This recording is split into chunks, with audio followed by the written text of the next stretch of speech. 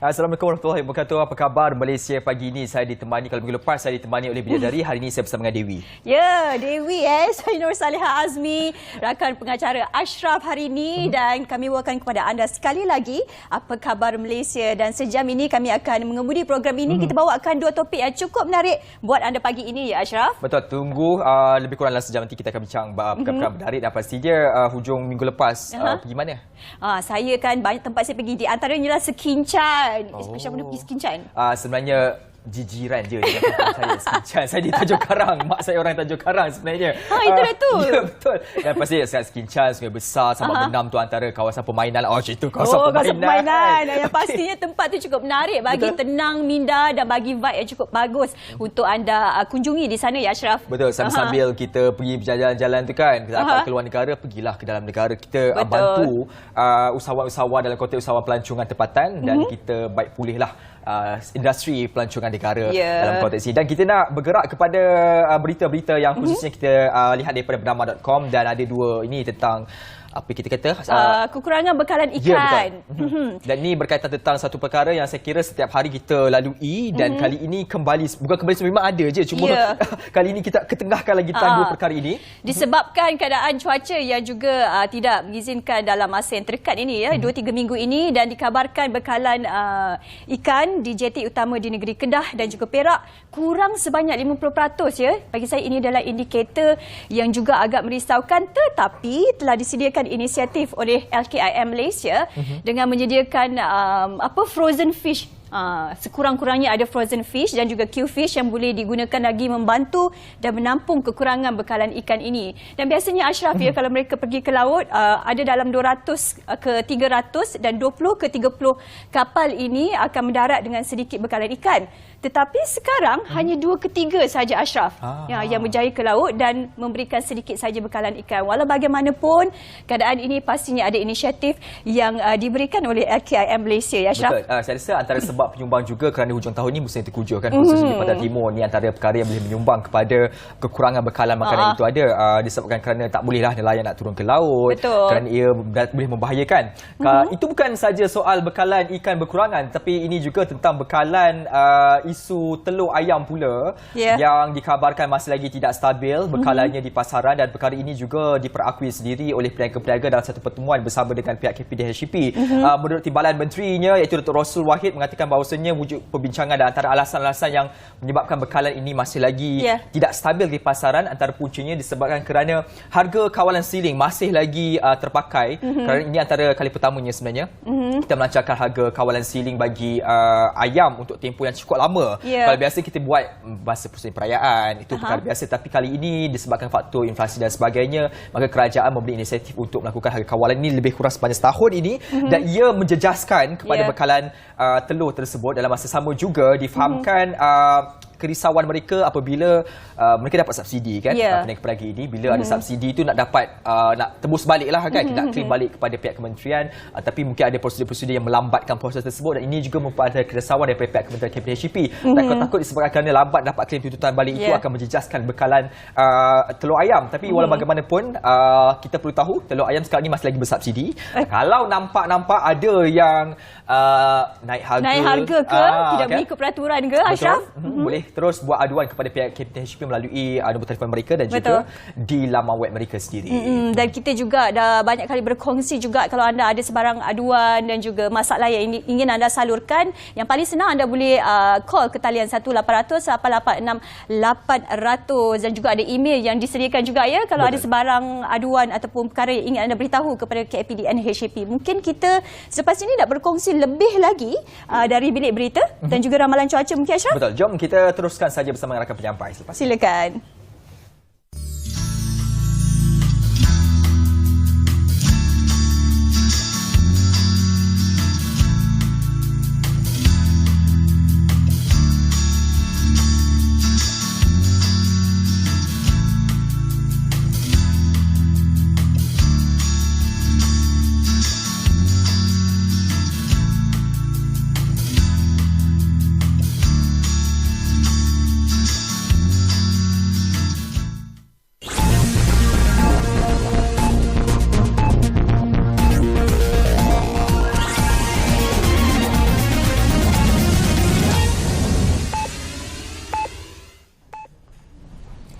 Selamat pagi bersama saya Herlina Pallavi dari Bilik Berita. Menteri Kesihatan Khairi Jamaluddin mendedahkan beliau akan melepaskan kursi Parlimen Rembau pada pilihan raya umum ke-15 dan menyatakan penghargaan kepada bakal calon kerusi itu, Datuk Seri Muhammad Hassan. Khairi menerusi media sosial berkata, Muhammad Hassan yang juga dipanggil Tok Mat mampu menang besar dan terus menjaga Rembau dengan cemerlang. Terdahulu dalam mesyuarat perwakilan UMNO bahagian Rembau, Khairi yang juga timbalan Ketua UMNO bahagian turut menyatakan perkara sama dalam ucapan penggulungannya. Dipilih sebagai ahli Parlimen Rembau pada 2008, Khairi mengekalkan kerusi tersebut pada PRU 13 dan PRU 14. Beliau yang juga bekas Ketua Pemuda UMNO mengalahkan Roseli Abdul Ghani daripada PKR dan calon PAS Mustafa Dollah pada PRU yang lalu. Lebih 2,000 permohonan dalam talian direkodkan sejak permohonan PAS di Rantau Nomad mula dibuka pada 1 Oktober lepas melalui program di Rantau yang merupakan salah satu program Mangkin Digital Negara Pemangkin. Menteri Komunikasi dan Multimedia Tan Sri Anwar Musa berkata, meskipun belum memasuki tempoh 2 bulan, ia sudah mencapai ribuan permohonan PAS lawatan ikhtisas daripada nomad digital untuk datang menetap dan bekerja di Malaysia. Peserta-peserta yang terlibat di hub di Rantau ini untuk menyesuaikan bisnes masing-masing untuk mengambil peluang pada peluang yang ada. Meningkatkan aplikasi digital, memperkemaskan premis-premis perniagaan mereka supaya sesuai untuk kedatangan tetamu daripada segenap penjuru dunia. Tan Sri Anwar berkata demikian selepas melancarkan lokasi kedua program di Rantau di Pulau Langkawi yang turut dihadiri pengerusi Perbadanan Ekonomi Digital Malaysia MDEC Datuk Seri Mat Alwi Cik Ahmad pada Ahad. Melalui di Rantau, MDEC akan membangunkan hub nomad digital dan ekosistem tempatan yang komprehensif untuk menyokong gaya hidup nomad digital dengan kerjasama pelbagai pemain industri dan mencipta PAS nomad digital baharu yang akan memudahkan nomad digital untuk menetap di negara ini. Keperkembangan isukan, skuad Tim Hag muncul juara Grand Liga Professional Mobile Legends atau MPL Malaysia edisi ke-10. Dibayangi gelaran rookie, kejayaan dicapai Tim Hag amat dramatik kerana berupaya menafikan hajat Todak selaku penyandang juara 2 kali untuk mencipta hat-trick. Terdahulu, aksi final mendebarkan menyaksikan kelima-lima pemain Tim Hag menewaskan Todak 4-2 walaupun pada satu ketiga Todak menyamakan kedudukan 2-2. Tidak diletakkan harapan tinggi pada permulaan, Tim Hag bersama naib juara Todak layak ke kejohanan Dunia Mobile Legends Bang Bang atau MLBB M4 di Jakarta, Indonesia tahun depan. Target kita orang of course nak pergi jauh, tapi kita orang punya planning yang paling top target adalah cari pengalaman di pentas dunia lah. Sekian dari Bilik Berita, salam keluarga Malaysia.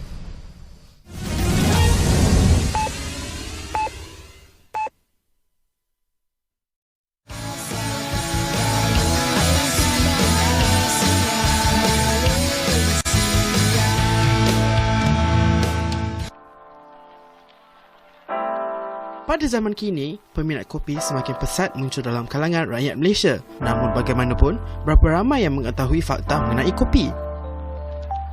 Hari ini kita akan membincangkan fakta mengenai kopi bersama dengan Encik Najmuddin Nan, iaitu pengasas Aku Suka Kopi yang berada di Shah Alam. Hai, Assalamualaikum. Nama saya Muhammad Najmuddin bin Muhammad Nan dan saya ialah pengasas kepada Aku Suka Kopi ataupun sekarang dikenali sebagai ASK Coffee Roastery.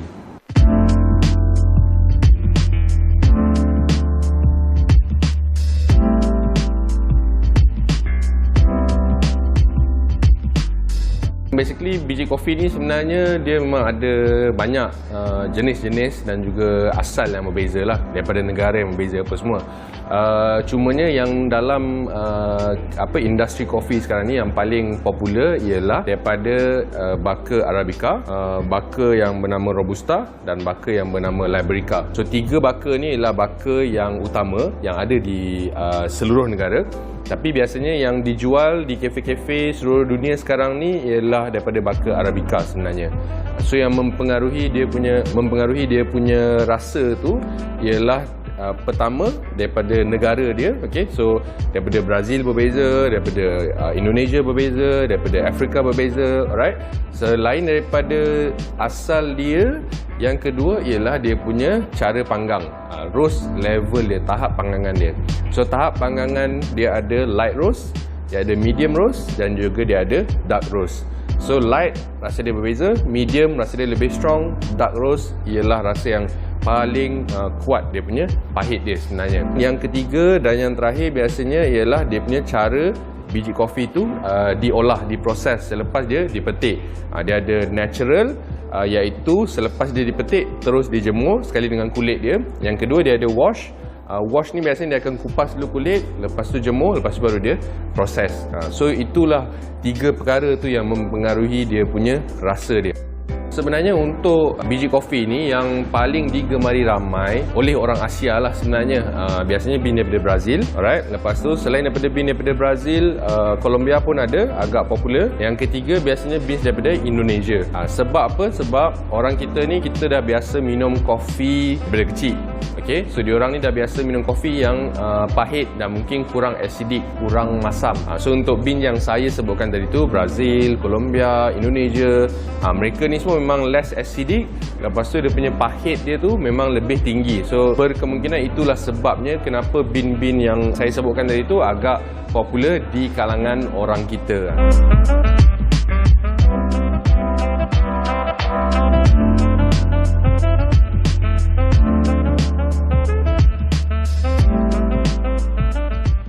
Itu dia fakta mengenai kopi, Ashraf.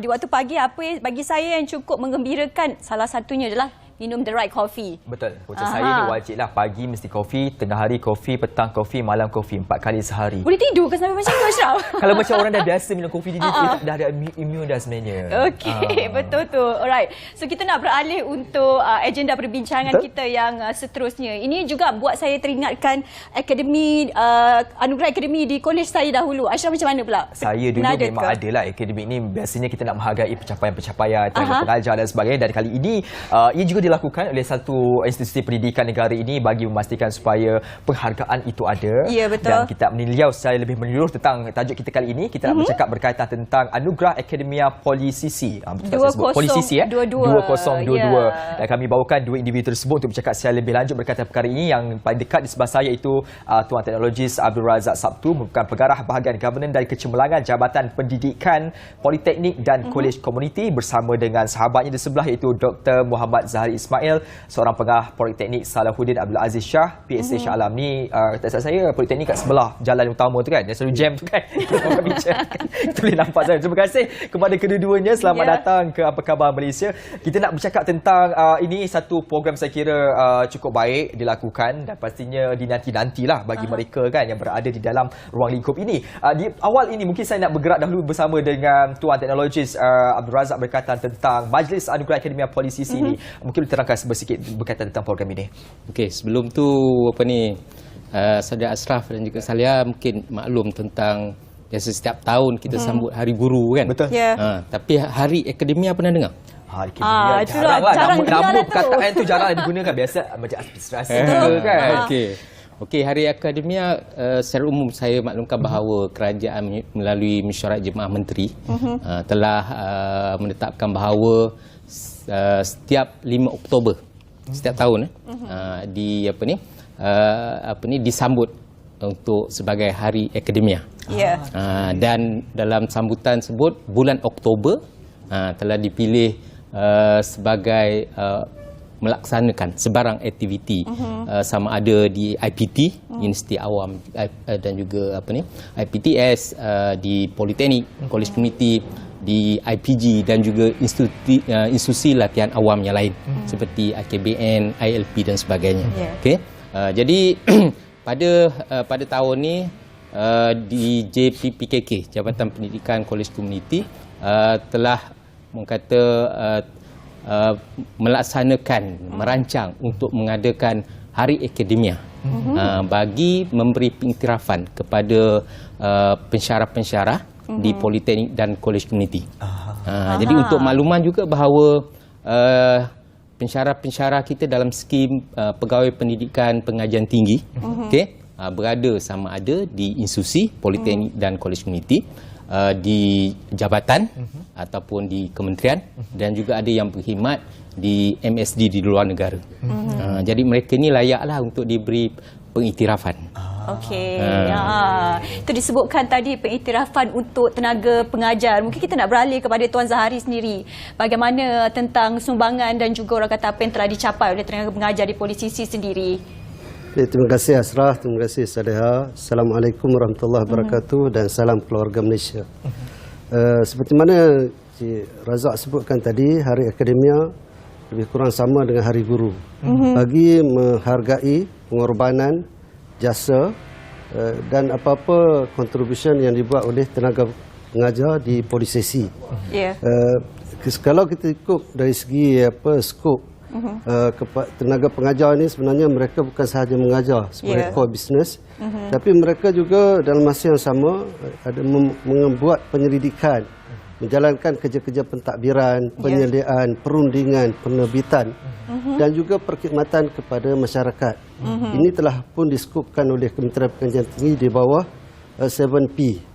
Dan kita di peringkat Politeknik dan juga Kolej Komuniti di institusi menyambut baik hasrat Kementerian Pengajian Tinggi dan juga Jabatan Pendidikan Politeknik dan Kolej Komuniti untuk menghargai jasa sumbangan pengorbanan di kalangan tenaga pengajar ni. Sebagai contoh, kalau saya boleh sebutkan di sini ialah kita punya pensyarah ini terdiri daripada grade 41 sampai 54. Ada yang terlibat sepenuh masa sebagai tenaga pengajar.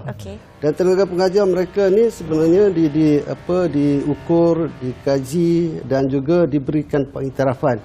Instead of kita beri melalui prestasi, kenaikan pangkat dan sebagainya, ada aktiviti-aktiviti lain yang sebenarnya kita mengiktiraf mereka. Sumbangan mereka sebenarnya bukan sahaja dalam negara, tetapi juga sampai keluar negara. Ada pensyarah-pensyarah kita yang telah menang pertandingan di peringkat antarabangsa, di Battle of the Chef misalnya. Sekarang telah berlangsung World Skill di Switzerland. Ada pensyarah kita yang berada di Switzerland sekarang. Menarik tu ya, sangat hebatlah dia orang. Dan ada juga, kalau kita lihat, kita juga ada pusat-pusat teknologi yang ada bagi tujuan untuk mengembangkan bakat dan potensi tenaga pengajar di bidang kepakaran masing-masing. Sebagai contohnya di Politeknik Sultan Salahuddin Abdul Aziz Shah, traffic light yang paling lama. Betul. Ashraf sebutkan tadi. Dan kita ada Center for Medical Electronic Technology. Kita the only one pusat teknologi yang mendapat pengiktirafan daripada Jabatan Standard Malaysia, diiktiraf untuk mengadakan kolaborasi, calibrate alat-alat di bidang medical elektronik. We are the first and only di Malaysia dan Asia Tenggara. First and only ya, pusat teknologi. Jadi pensyarah-pensyarah kita tu sangat pakar di bidang medical elektronik dan membangunkan ataupun membuat kerja-kerja di bidang kolaborasi. Dan mereka ini sebenarnya orang tak tahu.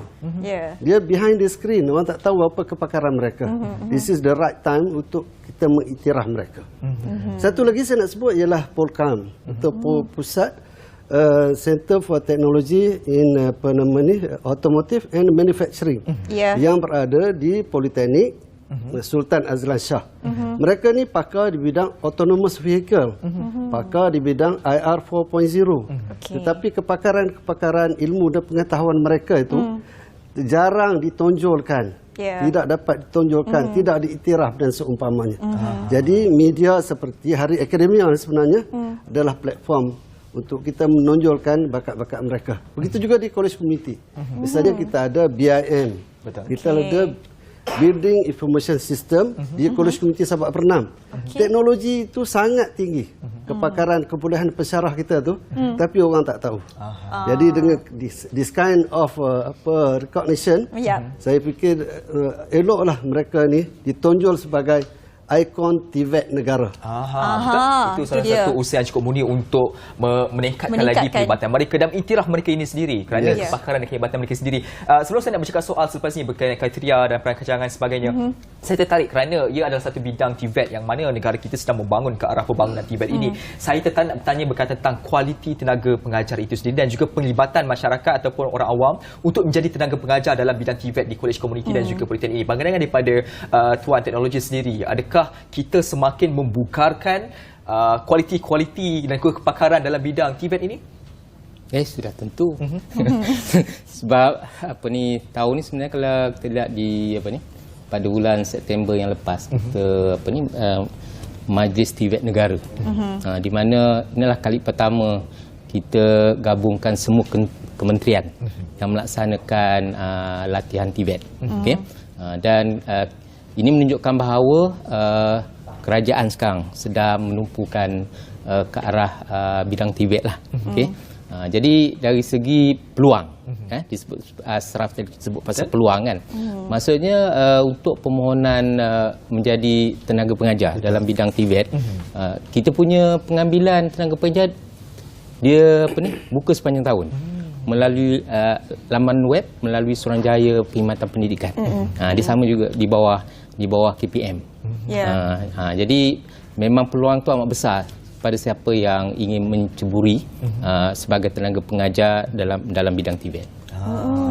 Dan tadi dah kongsikan tentang awak kata banyak pencapaian dan semua sebagainya ya. Pasti kita nak tahu jugalah apa kriteria pemilihan untuk pemenang untuk anugerah akademia ni. Tuan Abdul Razak.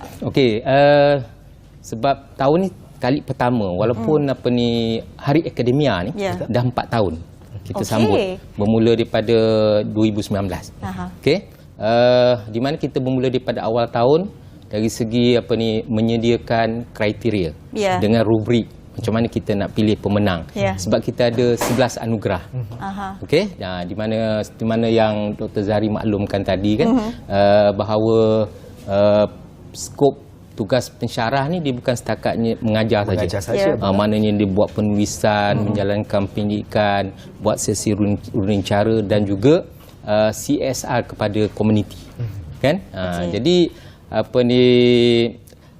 selepas buat rubrik tu mereka ini kita akan buka iklan pada 19 September. Kita dah tutup iklan tu dan satu jawatankuasa menyemak pencalonan daripada setiap 11 kategori tadi. Kemudian sesi temu juga dilaksanakan. Selepas tu barulah kita pilih dan mereka ini seramai 3 orang. Finalisnya 5 orang. Tapi 3 orang kita akan jemput pada majlis yang akan diadakan pada hari esok jam 2 petang. Kita nampak dah mereka ni dah memang terbaik dan dah memang bagus dah kualitinya. Tapi selagi nak dapatkan siapa lebih baik dan lebih terbaik lagi. Maksudnya nak cakap soal tenaga pengajar dalam bidang Kolej Komuniti dan juga Politeknik ini A+++ lah tau. Ingat tu. Dan juga kita bercakap lagi berkaitan perkara lanjut berkaitan perancangan tenaga pengajar selepas ini dan apakah perkara-perkara baru yang akan dibawa oleh Politeknik dan juga Kolej Komuniti ini. Semuanya kita akan bincang semuanya dalam Berkhabar Malaysia. Kita beristirahat seketika, kembali selepas ini.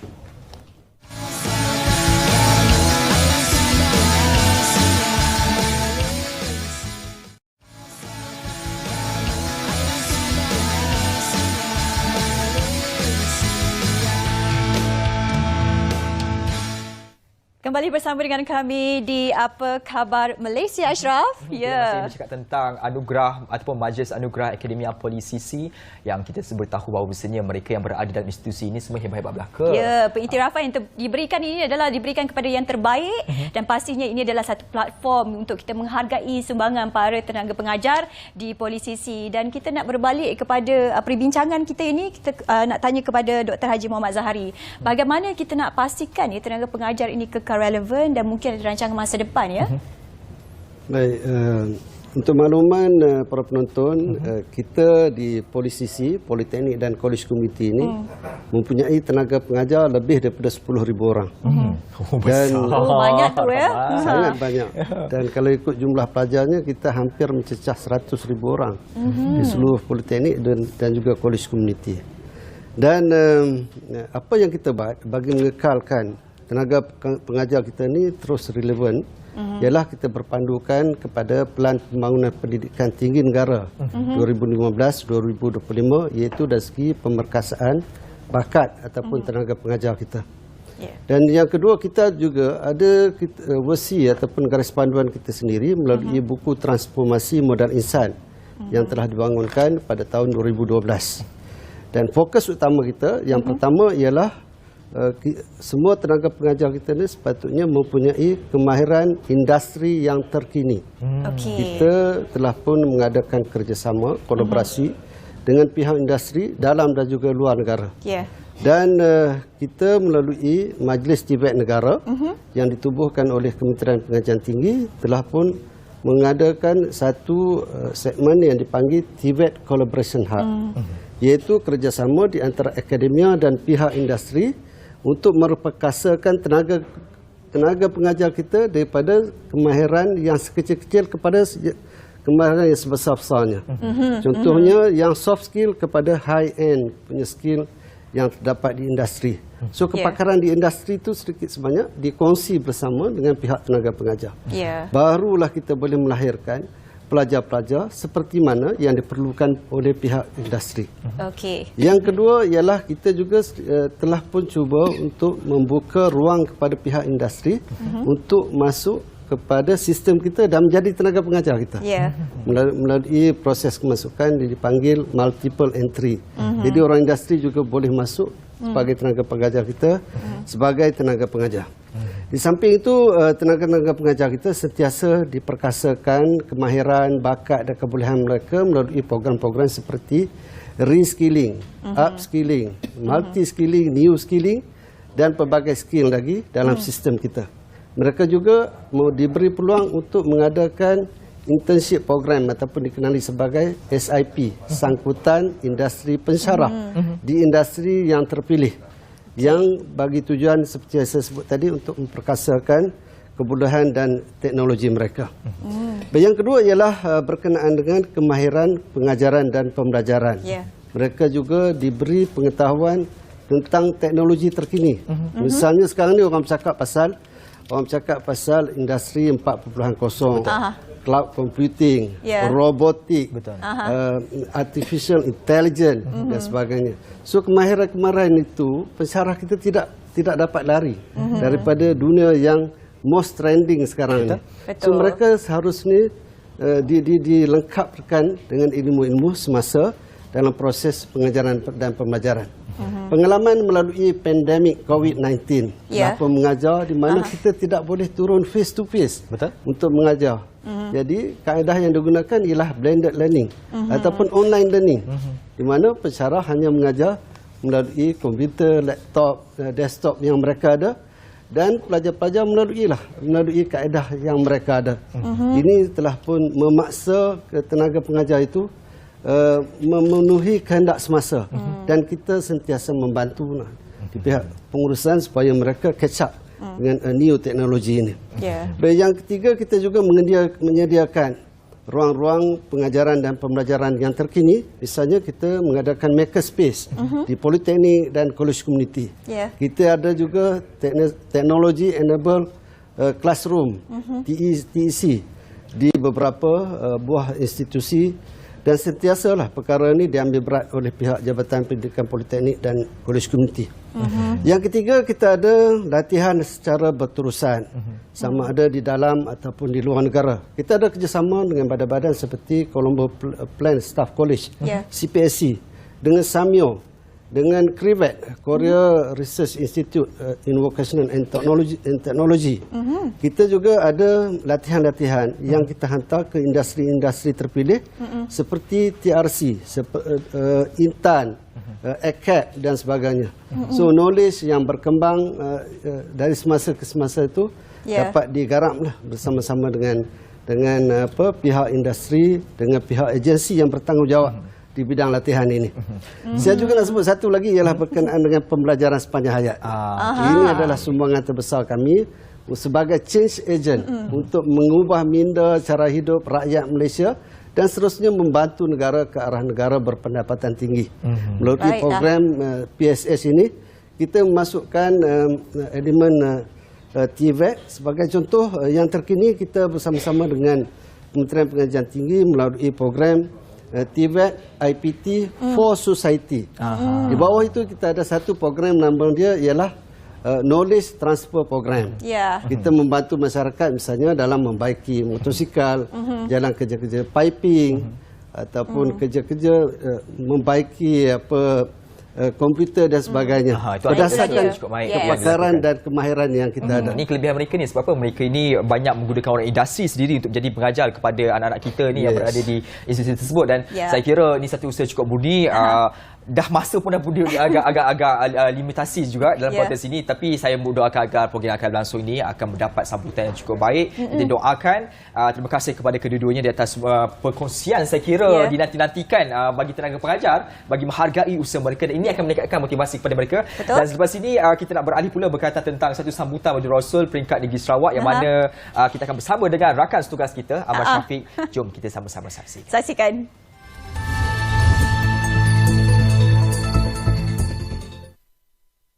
Terima kasih rakan menyampai di studio untuk perkongsian daripada Sarawak. Pada kali ini saya ingin kongsikan laporan ataupun suasana sempena sambutan perayaan Maulidin Rasul di peringkat negeri Sarawak, di mana sambutan pada kali ini telah diadakan di Bandaraya Miri pada Isnin lalu, dan acara itu telah dihadiri oleh Yang di-Pertua Negeri Sarawak Tun Abdul Taib Mahmud serta Timbalan Premier Sarawak Datuk Amar Rawang Tengah, dan sebanyak 145 kontingen yang terdiri daripada pelbagai agensi serta persatuan telah menyertai perarakan sejauh 3 km di sekitar pusat Bandaraya Miri.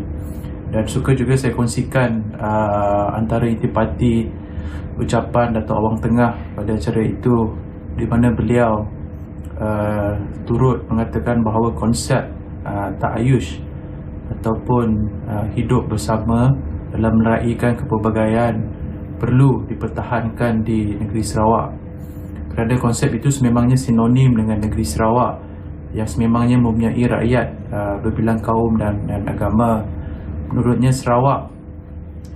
di Sarawak tiada siapa yang boleh menyakiti hati penganut agama lain, dan Sarawak akan terus kekal sebagai model masyarakat yang saling bekerjasama dan menghormati antara satu sama lain. Jadi sekian saja laporan saya pada kali ini. Bernama di Kuching, Sarawak akan terus memberikan perkembangan terbaru dari masa ke semasa. Terima kasih rakan menyampai.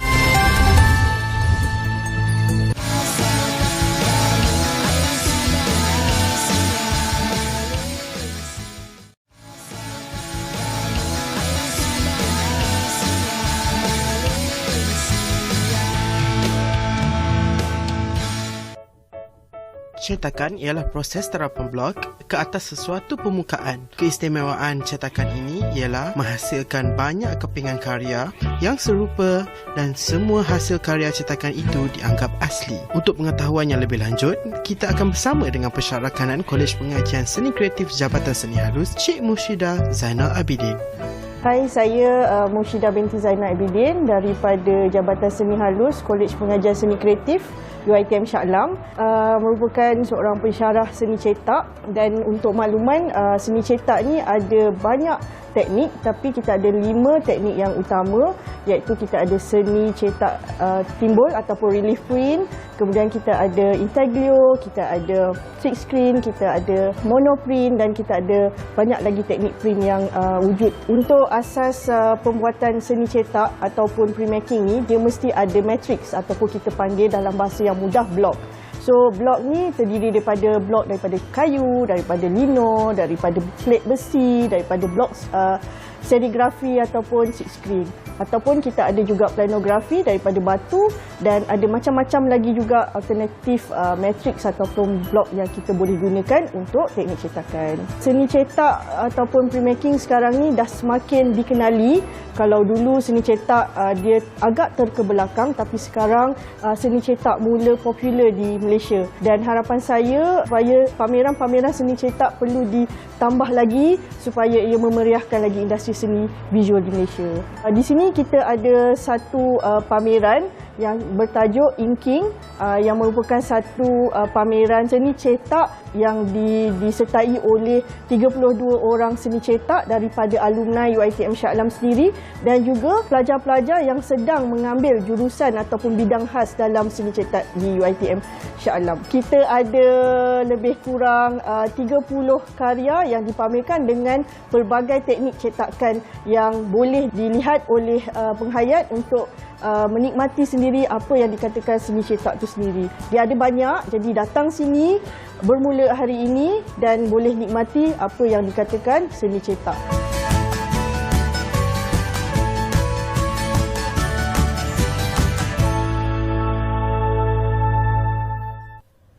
Baik, itu seni cetak merupakan salah satu benda yang saya minat. Kalau seni cetak saya suka letak ni dekat piring, pinggan, mangkuk. Saya sukalah.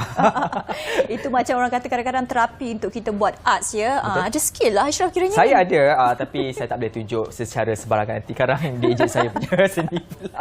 Okey, itu baiklah. berkenaan seni cetak. Tapi kita nak berlaku tentang satu seni tradisional yang mana ianya dibangunkan, diteruskan lagi pemeliharaannya oleh Jabatan KKN ataupun Jabatan Kebudayaan dan Kesenian Negara.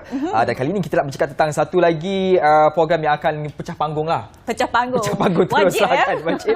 Kita bersama dengan dua individu tersebut. Di sebelah saya iaitu Puan Rohaniza Abdullah, seorang timbalan pengarah cawangan pendidikan dan pembangunan JKKN. Selamat datang, terima kasih. Dan di sebelahnya seorang pensyarah iaitu Tuan Muhammad Khairi Mokhtar, pensyarah Fakulti Seni Kreatif Universiti Malaya. Terima kasih kepada kedua-duanya.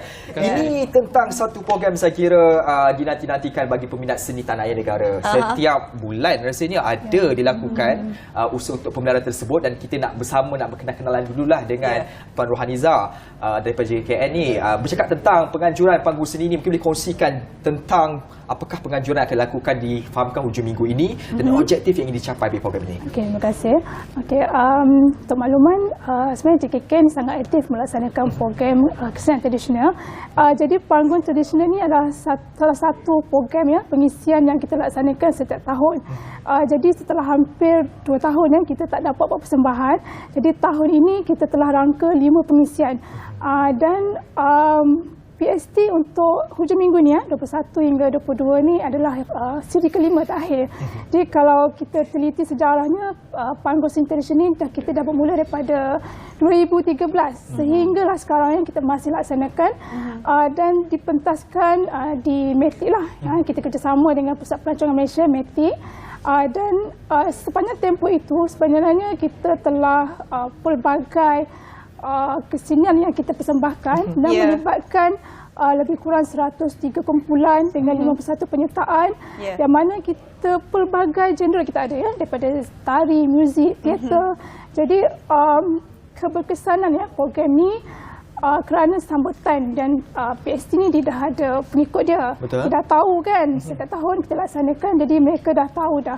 Jadi salah satu objektifnya adalah kita nak bagi pendedahan kepada masyarakat lah tentang kesenian-kesenian tradisional dan kita nak jadikan Kuala Lumpur ni satu hub kesenian lah. Jadi kalau orang kata nak datang tengok persembahan kesenian tradisional di mana? Kita datanglah di Kuala Lumpur. Dipusatkan di sini. Ini siri yang terakhir untuk tahun ni? Ya, siri terakhir untuk tahun ni. Terakhir yang terlepas tu memang rugilah. Jadi kenalah datang nanti ya. Ini siri terakhir. Kan, dah bercakap tentang orang kata apa sedikit tentang panggung seni tradisional ni dan pastinya kita nak tahu jugalah keistimewaan dan mungkin apa orang kata apa yang nak di-highlightkan untuk kali ini. Okey. Assalamualaikum warahmatullahi wabarakatuh dan salam sejahtera. Pertama kali saya nak ucapkan terima kasih kepada Jabatan Kebudayaan Kesenian Negara dan Kementerian Pelancongan Seni dan Budaya kerana menaja kami untuk mengundang kami untuk membuat persembahan ini. Motek memberi tajaan yang sangat bagus untuk kami kali ini. So untuk persembahan yang kita akan persembahkan ini dipanggil Restorasi Ternary Perlis. Restorasi Ternary Perlis lah. Terinai Perlis. Terinai. Memang Terinai ni memang dah lama wujud dekat di Perlis ni. Sesuatu yang tradisi yang sangat lama. Yang saya baru tahu. Itu nak tanya juga kenapa restorasi Terinai Perlis. Restorasi itu bermaksud dia macam kalau ikut translate dia kan maksud pengembalian, pemulihan kepada bentuk asal. Tapi tidak bermaknalah kita nak mengembalikan bentuk yang asal sebab tradisi itu sekarang ni memang dah tak ada dah sebab dia memang di dalam malam berinai. Kalau orang lama tu dibuat malam berinai menggunakan piring, menggunakan malam berinai Ashraf. Saya tak merasa lagi yang tu. Dia menggunakan dia untuk orang pengantin tu. So jadi untuk persembahan kali ini kita akan ada banyak benda yang istimewa. 8 tarian-tarian Terinai. 8 ya? Ya, 8 tarian Terinai daripada negeri Perlis sendiri yang bukan berasal daripada yang lama-lama tetapi kita letakkan konteks persembahan pentas yang bukan hanya untuk persembahan di malam berinai untuk depan orang pengantin tetapi kali ini untuk persembahan penonton yang ada sedikit cara pendidikan. Kita letakkan berdasarkan pemeliharaan dan pemuliharaan. Okey, saya nak tanya sedikit lah. Dia ada beza ke dengan biasa kita dengar tarian inai tu saya biasa dengar lah. Dengan Terinai ni ada perkara yang sama atau berbeza sebenarnya? Kalau diikutkan dia ada banyak tari inai dan Terinai ni di Indonesia pun ada, di Malaysia pun ada. Kalau tari inai di Kelantan itu dia menggunakan silat-silat, dia ada meliuk ke belakang kalau ambil duit tu. Itu pun ada. Kalau yang Terinai ni dia istimewanya sebab dia menggunakan piring dengan lilin tu. Itu yang sangat istimewa. Sikit-sikit. Cuba tunjuk sikit-sikit. Jadi macam lebih kurang macam tu. Okey. You buat sikit. Boleh ke? Boleh. Pusing lagi. Saya okey. Ini sesuatu yang cukup menarik kerana yalah mungkin bagi orang muda ni tak pernah nampak kan kali ini akhirnya dibawa dalam konsep kali ini dan pastinya saya nak bertanya kepada orang daripada JKK ini mengapa dalam banyak-banyak tarian tu untuk masyarakat ni Terinai ini dipilih sebagai salah satu seni yang ingin dibawa ke hadapan dan dipersembahkan. Okey. Untuk panggung tradisional memang objektif kita adalah untuk memperkenalkan tradisi yang lama. Jadi Terinai ini adalah salah satu yang orang kata mungkin anak-anak muda jarang golongan belia macam dah tak tahu sangat kenapa apa itu Terinai. Kalau pergi negeri Perlis mungkin ada yang tak dipersembahkan lagi. Jadi sebab itulah kita mengenal pasti apakah tarian-tarian yang kita boleh perkenalkan kepada masyarakat, boleh kita dedahkan kepada masyarakat dan kita sangat bertualah kerana dapat kesumar yang aktif sebenarnya, aktif sangat dalam kesenian tradisional ini. Jadi mereka boleh membantu kami membantu kami untuk kita perkenalkan, tonjolkan kembali kesenian Terinai Perlis ni. Itu adalah utama pendedahan kita kepada masyarakat lah. Pastinya itu orang kata matlamat dan objektif JKKN nak memberikan orang kata pendedahan dan juga maklumat berkenaan tentang banyak lagi kebudayaan kepada kita semua keluarga Malaysia. Dan mungkin kita nak tanyakan jugalah berkenaan tentang panggung seni tradisional kali ini. Elemen yang macam mana? Ada surprise elemen ataupun macam mana? Okey, kita ada yang menariknya untuk tarian persembahan restorasi Terinai Perlis ni. Pertama adalah di Rusi Melaya, kesumar ni bukan sahaja yang mementaskan persembahan yang tarian-tarian saja, tapi di dalam persembahan ni kita ada satu bersifat pendidikan, kita ada dialog, kita ada demonstrasi, kita ada sedikit bertoleransi dengan muzik. Itu yang keduanya kita ada pemuzik live daripada kita jemput sendiri daripada Perlis, kita ambil daripada dari Perlis. Ya, kita main secara langsung. Ni bukan guna -1 bukan, tidak ada. Dan lepas tu yang pentingnya kita juga berkooperasi, berusaha sama dengan institusi dan organisasi yang lain seperti sumbangan yang terbesar Akademi Seni Budaya dan Warisan Kebangsaan, UPSI, pensyarah di UPSI, kita ada PADAT, Perbadanan Adat Melayu Warisan Negeri Selangor, dan kita ada juga artis budaya daripada JKKN yang menyertai ini. Yang paling penting adalah kita mempunyai salah seorang pakar dan kita bawa yang dia merupakan anak jati dari negeri Perlis, yang koreografer yang mencipta semula tarian ni untuk persembahan ni, yang dikenali sebagai Dr. Chandra Banu Zamin Harun. Itu dia. Restorasi Inai Perlis bawa anak jati Perlis untuk angkat lagi memang terasa elemen itu ya. ketulinan itu nanti. Tadi saya terkesima tengok kelembutan dia lah. Kita lembut tangan saya tak tahu ni kan. Saya nak bertanya kepada pensyarahnya sendiri berkaitan tentang perkara ini, berapa orang yang akan terlibat dan berapa lama persediaan untuk pementasan hujung minggu ni? Okey. Kami ni sudah bermula, sebenarnya dia sebahagian daripada penyelidikan saya sebenarnya. Saya dah mula pada 2021. Tapi untuk projek ini kita telah bermula daripada bulan Jun hari itu sampailah sekarang kita bertugas lumus untuk menyiapkan, menjayakan produksi ini yang akan berlangsung pada hari ini. Selamai dalam 42 penari untuk semua para pelajar Universiti Melaya. Universiti Melaya yang saya cakap tadi, Kusuma, Aswara, JKKN dan Padat. Daripada semua itulah. Ramai ya. Dia saya tengok kejap lagi dah masuk konsert dah ni. Dan perlukan orang kata persiapan yang agak lama juga dengan begitu banyak yang terlibat ya. Dan mungkin kita nak tahu kepada siapa yang berminat berkenaan tentang ini. Kat mana lagi nak dapatkan maklumat tentang ini, Puan? Okey, untuk kepada peminat-peminat kesenian tradisional, boleh dapatkan maklumat dengan layari kita punya JKK punya laman web, iaitu www.jkkn.go.my, ataupun boleh pergi kepada media sosial rasmi JKK lah, seperti Facebook, Instagram dan juga Twitter, dengan carian My Seni Budaya. So boleh dapatkan maklumat kat situ berkenaan tiket semualah. Berapa harga dia? Harganya? Sikitlah kan. Berapa hari harganya? RM20 untuk dewasa biasa dan premier RM50. Ada juga biasa dengan premier. Memang dah dapat menari sekali. Boleh juga kalau nak menari. Tapi sebenarnya apalah sangat setakat RM20-50 sebenarnya untuk melihat suatu persembahan yang secara langsung dengan tadi dengan 40 lebih orang je, persiapan cukup lama dan ketulinan itu dibawa sendiri terus langsung daripada Perlis. Kalau sekarang keluarkan sikit kos tu bagi suatu perkara yang cukup istimewa, suka nak dapat ni, saya kira-kira confirm saya dengan Ashraf akan pergi. Selalu je tu dia bawa. Lepas tu sedikit jangan di-cancel kan. Kita bagi sokongan lah ya untuk Panggung Seni Tradisional 2022 ni, dan kita nak seru anda juga untuk memberi sokongan kepada Panggung Seni Tradisional ini. Betul.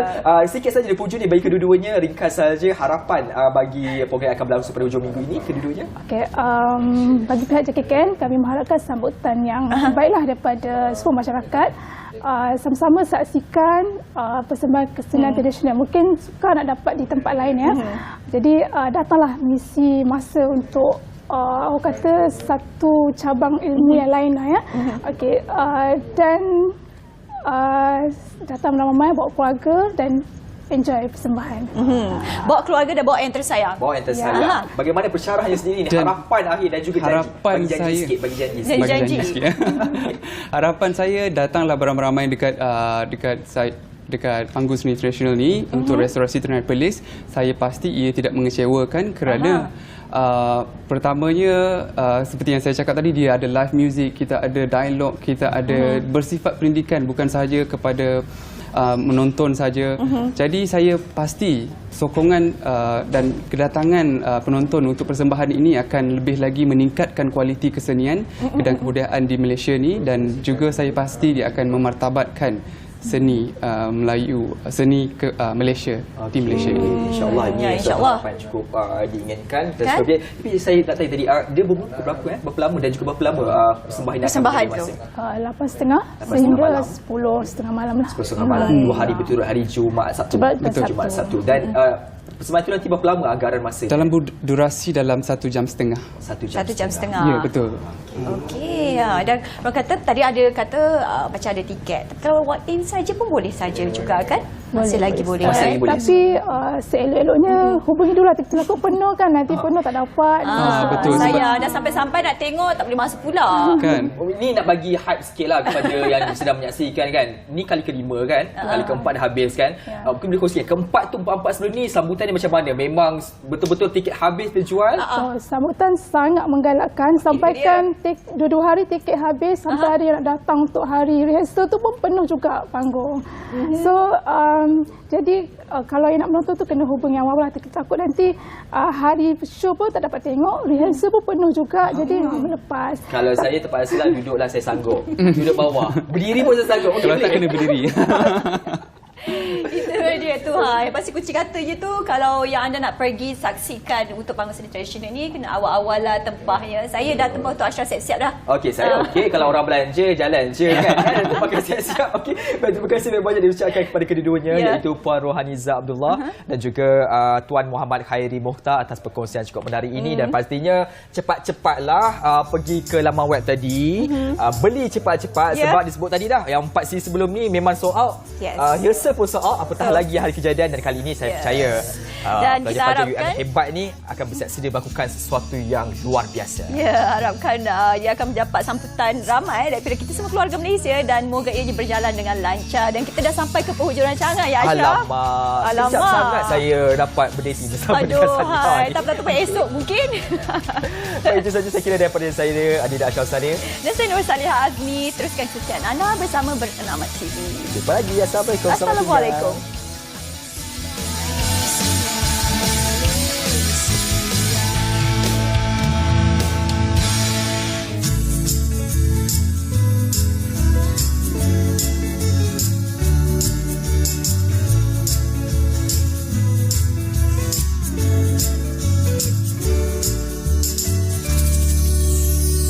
Senyum segar di pagi hari.